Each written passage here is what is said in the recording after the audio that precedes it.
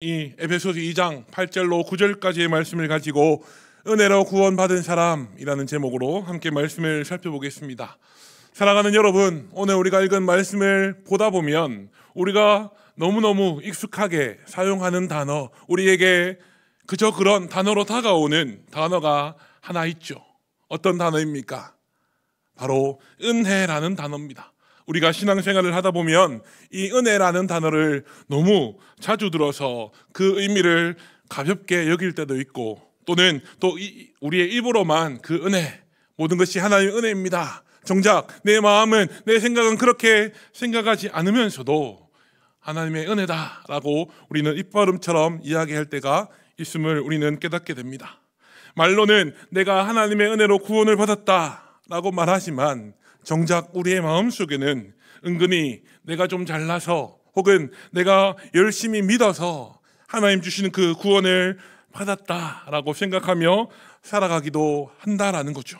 그러나 오늘 우리가 함께 읽었던 이 말씀은 분명히 우리에게 선언합니다. 함께 읽었지만 우리 8절 말씀을 다시 한번 읽도록 하겠습니다. 에베소서 2장 8절입니다. 너희는 시작. 너희는 그 은혜에 의하여 믿음으로 말미암아 구원을 받았으니 이것은 너희에게서 난 것이 아니요 하나님의 선물이라. 아멘. 너희는 그 은혜에 의하여 믿음으로 말미암아 구원을 받았으니 이것은 너희에게서 난 것이 아니요 하나님의 무엇이다 라고 말하고 있습니까? 선물이다 라고 성경은 분명히 기록해 놓고 있다라는 겁니다. 오늘 우리가 함께 살피는 이 에베소서 말씀은 구원이 나로부터 시작된 것이 아니라 하나님으로부터 시작된, 하나님의 은혜로부터 시작된 사건이다라고 분명히 증언하고 있음을 우리는 기억해야 될 줄로 믿습니다. 오늘 우리가 함께 살피는 이 말씀을 통하여 나는 과연 하나님의 은혜로 구원받은 사람인가? 과연 나는 하나님의 은혜로 말미암아 구원받게 살아가고 있는가? 라는 질문 앞에 나 자신을 세워보는 저와 여러분들이 다 되실 수 있기를 간절히 소망합니다. 첫 번째로 우리가 생각해 볼 것은 우리의 구원은 오직 하나님의 은혜로부터 시작되어진다라는 사실입니다. 우리가 함께 읽었던 8절 말씀을 보면 너희는 그 은혜에 의하여 믿음으로 말미암아 구원을 받았다라고 분명히 증언하고 있습니다. 우리는 에베소서 2장 8절 말씀을 읽었지만 1절 말씀은 우리에게 무엇이라 기록해 놓고 있습니까? 그는 허물과 죄로 죽었던 너희를 살리셨도다 라고 에베소서 2장 1절 말씀은 분명히 기록해 놓고 있다라는 겁니다. 이미 죽어버린 사람, 이미 생명이 꺼져버린 그 사람은요 절대로 혼자 일어날 수 없습니다. 성경에서 보는 것 같이 죽은 사람을 살릴 수 있는 분은 오직 우리 하나님 한 분밖에 없으십니다. 그러므로 구원은 내 결심이 아니라 하나님이 내게 주시는 그 일방적인 은혜로 말미암아 시작되어진다라는 사실을 오늘 에베소서 2장 8절과 9절 말씀은 우리에게 분명히 증언하고 있다라는 겁니다. 출애굽기 2장 말씀에 가서 보면요, 모세가 바로왕의 명령으로 말미암아 석 달간 집에서 키워지다가 나일강에 떠내려가던 사건들이 기록되어 있음을 우리는 보게 됩니다. 모세가 그 갈대 상자 안에서 담겨 나일강을 이리저리 방황하며 떠내려갈 때에 모세를 구원하셨던 분은 그 어머니도 아니었고요, 그 누이도 아니었으며 바로 하나님이셨다라고 출애굽기 말씀은 분명히 기록하고 있습니다. 나일강에서 어떤 죽음을 맞이해도 이상할 것 없는 그 모세를 건져내셨던 것이 모세를 향해 부어주시는 그 전적인 하나님의 은혜였다라고 성경은 분명히 기록하고 있다라는 거죠. 하나님이 우리에게 주신 그 구원 역시도 모세를 구원하셨던 그 은혜와 동일합니다. 나는 죄악의 물결에 떠밀려서 이리저리 방황하다가 언제 어떻게 죽어도 이상할 것 없는, 오늘 에베소서 2장 1절 말씀이 기록하는 것처럼 이미 죄와 허물로 인하여 죽었던 존재였던 우리를 하나님이 친히 우리를 건져내셨고 우리를 구원해 주셨다라는 사실이 저와 여러분들의 마음속에 깨달아지고 믿어질 수 있기를 시간 간절히 소망합니다. 오늘 우리가 함께 교회에 나와서 예배 드릴 수 있는 것, 그건 역시도 내가 잘난 사람이기 때문에, 내가 특별한 사람이기 때문에 이 자리에 나올 수 있었던 것이 아니라 놀라운 그 하나님의 은혜가 우리를 붙들어 주시고, 그 하나님이 우리의 발걸음을 이 예배의 자리, 기도의 자리로 인도해 주셨기 때문이라는 사실을 기억하며 살아가시는 저와 여러분들이 다 되실 수 있기를 간절히 소망합니다. 두 번째는 무엇입니까? 구원은 믿음으로 말미암아 하나님 주시는 그 선물, 우리가 받게 되는 하나님의 선물이라는 점입니다. 8절 하반절 말씀은 이렇게 기록합니다. 믿음으로 말미암아 구원을 받았으니 이것은 너희에게서 난 것이 아니요 하나님의 무엇이라고 기록합니까? 하나님의 선물이라 라고 기록하고 있다라는 거죠. 우리가 이 8절 하반절 말씀을 살펴보면서 기억해야 될 것이 무엇입니까? 하나님의 선물이라는 겁니다. 하나님이 주시는 상, 그 상급이 아니라 하나님이 주시는 선물이라는 단어에 우리는 집중해야 된다라는 겁니다. 상은 어떤 사람이 받는 겁니까? 뛰어난 공적을 쌓았거나 무언가를 잘해서 받는 것이 상이라고 한다면, 선물은 어떻습니까? 뭔가 잘하지 않아도, 뭔가 잘난 것이 없어도 그저 주는 사람의 마음에 감동이 될 때에 주는 것이 바로 선물이라는 거죠. 8절이 무엇을 이야기하고 있습니까? 은혜는 하나님이 주시는 선물이다 라고 말하면서 그 구원을 받는 그 믿음 역시도 우리에게서 난 것이 아니라 하나님의 선물이다 라고 분명히 이야기하고 있다라는 거죠. 결국 믿음은 내가 내 속에서 스스로 발생시키고 자라게 하는 것이 아니라 하나님이 내 마음에 주시는, 내 마음에 주신 그 마음, 하나님께서 주신 예수님을 붙잡게 하는 능력이 바로 믿음이라는 사실을 성경은 분명하게 기록해 주고 있다라는 겁니다. 이 말씀이 기록되던 1세기 당시뿐만 아니라 오늘 살아가는 여러 사람들이, 많은 사람들이 우리를 향하여 이렇게 질문합니다. 내가 어떻게 살아야 구원을 받을 수 있겠습니까? 사도 바울이 감옥에 갇혔다가 지진이 일어나 모든 죄수들이 도망하고 간수가 자결하려 할 때에 그 간수가 바울에게 했던 그 질문, 내가 어떻게 하여야 구원을 받을 수 있겠습니까? 라는 질문을 그때 당시의 사람들뿐만 아니라 오늘을 살아가는 많은 사람들 역시도 우리에게 질문하고 있다라는 겁니다. 어떻게 해야 전당 갈 수 있겠노? 라고 우리에게 질문할 때에 우리의 대답은 어떠해야 되겠습니까? 성경은 그 질문에 대하여 무엇이라 대답하고 있습니까? 성경은요, 그 질문에 대하여 아주 분명하고 단호하게 선언합니다. 그 어떤 것도 아니라 예수 그리스도를 나의 구주로 믿는 믿음으로 말미암아 우리는 구원을 받는다라고 선언하고 아주 담대하고 단호하게 기록하고 있음을 우리는 기억해야 될 줄로 믿습니다. 누가복음 23장 말씀에 가서 보면 예수님의 십자가 사건이 나옵니다. 예수님과 함께 십자가에 달렸던 두 강도가 있었다라고 성경은 말하는데요, 그 두 강도 중에 한 사람은 예수님을 보고 이렇게 고백하죠. 라비여, 선생님이여, 당신의 나라에 임하실 때에 나를 좀 기억해 주십시오 라고 고백했다고 성경은 말합니다. 그 강도는 그 믿음을 고백했던, 당신의 나라가 임하실 때에 나를 좀 기억해 주십시오 라고 고백했던 그 강도는요, 평생 선행을 행하기는커녕 범죄만 저지르며 살아왔던 사람이었습니다. 또 자신의 죄를 회개하지도 않고 옆에 있는 예수님이 바로 옆에 계심에도 불구하고 예수님을 믿지도 않았고, 심지어 단 한 번 예배의 자리에 나아가서 하나님의 말씀을 들은 적도 없던 사람이었습니다. 그런데 우리 예수님은 그 믿음의 고백을 하는 그 강도를 향하여 무엇이라 말씀하십니까? 무엇이라 말씀하셨다고 성경은 우리에게 기록해 주고 있습니까?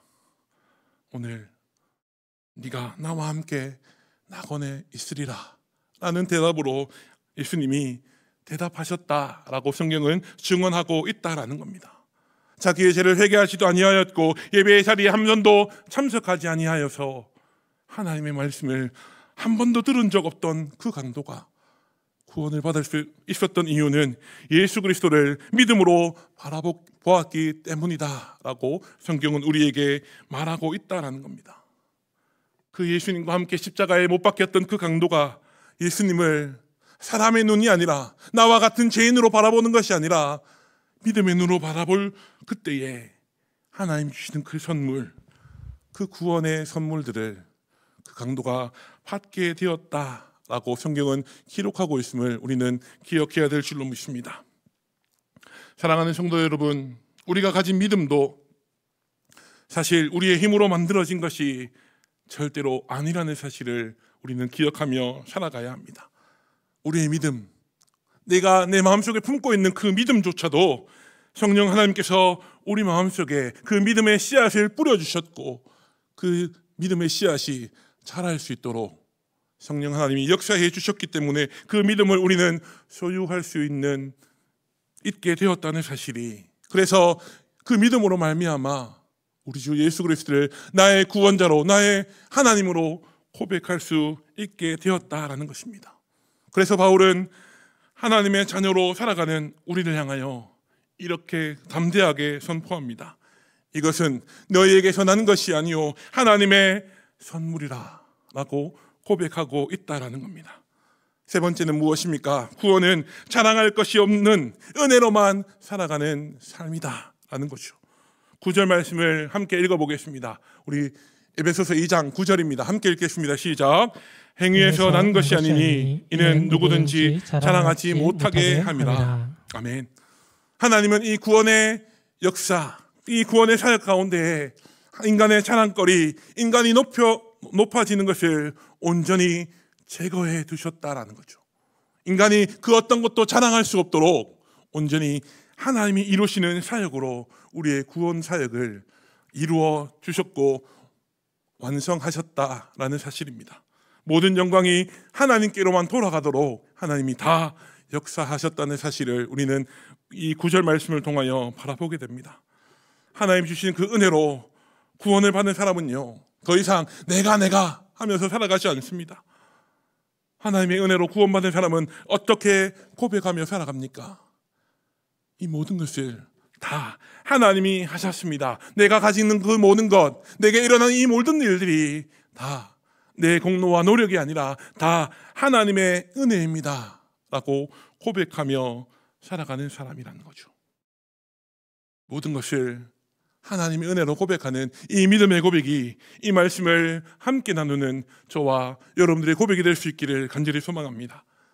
우리가 너무너무 잘 아는 바울, 그 예수님을 만나기 이전에 바울, 사울이었던 그 바울은 어떤 사람이었습니까? 교회를 핍박하고 성도들을 괴롭히고 옥에 가두고 심지어 죽이기까지 했던 박해자요 폭행자였습니다. 그러나 그 사울이 예수님을 만난 이후에 고린도 전서 15장 10절 말씀에 가서 보면 사울이 바울이 되어 이렇게 고백합니다. 고린도 전서 15장 10절 말씀을 제가 읽어드립니다. 그러나 내가 나 된 것은 하나님의 은혜로 된 것이니 내게 주신 그의 은혜가 헛되지 아니하여 내가 모든 사도보다 더 많이 수고하였으나 내가 한 것이 아니요 오직 나와 함께 하신 하나님의 은혜로라 라고 고백하고 있다라는 겁니다. 바울의 고백이 너무너무 멋지지 않습니까? 내가 나 된 것은 하나님의 은혜로 된 것이다. 내게 주신 그 하나님의 은혜가 내게 헛되이 임하지 않았다. 내가 모든 사도들보다 더 수고하였지만 그거 내가 한 것이 아니다. 나와 함께 하신 하나님이 주신 그 은혜 때문에 내가 할 수 있었다라고 바울은 고백하고 있다라는 겁니다. 바울은 자기의 사역과 헌신을 통하여 얼마나 많은 교회들이 세워졌는지 자랑하지 않습니다.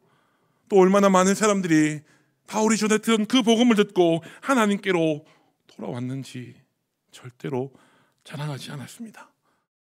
또 바울이 그 복음을 전하면서 얼마나 많은 고난들을 당했고 얼마나 괴로움을 겪었는지, 그리고 바울이 복음을 전함으로 말미암아 맺게 된 그 열매들이 얼마나 풍성한지 바울은 절대 자랑하지 않았다라는 겁니다. 바울의 자랑은 무엇이었습니까? 이 모든 것이 하나님의 은혜였다라고 고린도전서 15장 10절 끝에 보면 모든 것이 하나님의 은혜였다라고 바울은 고백하고 있다라는 것입니다. 모든 것이 하나님의 은혜라 고백하는 이 바울의 고백이 이 말씀을 함께 살피는 저와 여러분들의 공통된 고백이 되어질 수 있기를 간절히 소망합니다. 은혜로 구원받은 사람은요, 내가 구원을 받는 것, 내가 신앙생활하는 것 뿐만 아니라 내가 봉사를 할 때에도 내가 나를 앞세우지 않습니다. 우리 주님이 모든 일들을 다 하셨습니다 라고 고백하는 사람이라는 사실을 우리는 기억해야 될 줄로 믿습니다. 어떤 일을 맡겨도 내가 그 사역의 그 일들의 중심이 되는 것이 아니라 오직 우리 주 예수 그리스도만, 우리 하나님만 그 사역의 중심이 되게 하는 사람, 그 사람이 진짜 하나님의 은혜로 구원받은 사람이라는 사실을 우리는 기억해야 된다라는 거죠. 그래서 감사와 겸손은 무심코 내뱉는 그 사람의 말과 행동 속에 자연스럽게 드러나게 됨을 우리는 기억해야 됩니다. 사랑하는 여러분, 우리가 하나님 앞에 서는 그날, 우리가 하나님 앞에 자랑할 수 있는 것, 유일하게 내세울 수 있는 것은 오직 하나님의 은혜밖에 없다는 사실이 이 말씀을 함께 나눈 저와 여러분들의 마음에 새겨질 수 있기를 간절히 소망합니다. 나의 어떠함, 내가 이만큼 했습니다, 내가 이런 일들을 했습니다, 하나님 내가 수많은 사람들을 전도했습니다 가 아니라 오직 하나님의 은혜로 내가 여기까지 걸어왔습니다.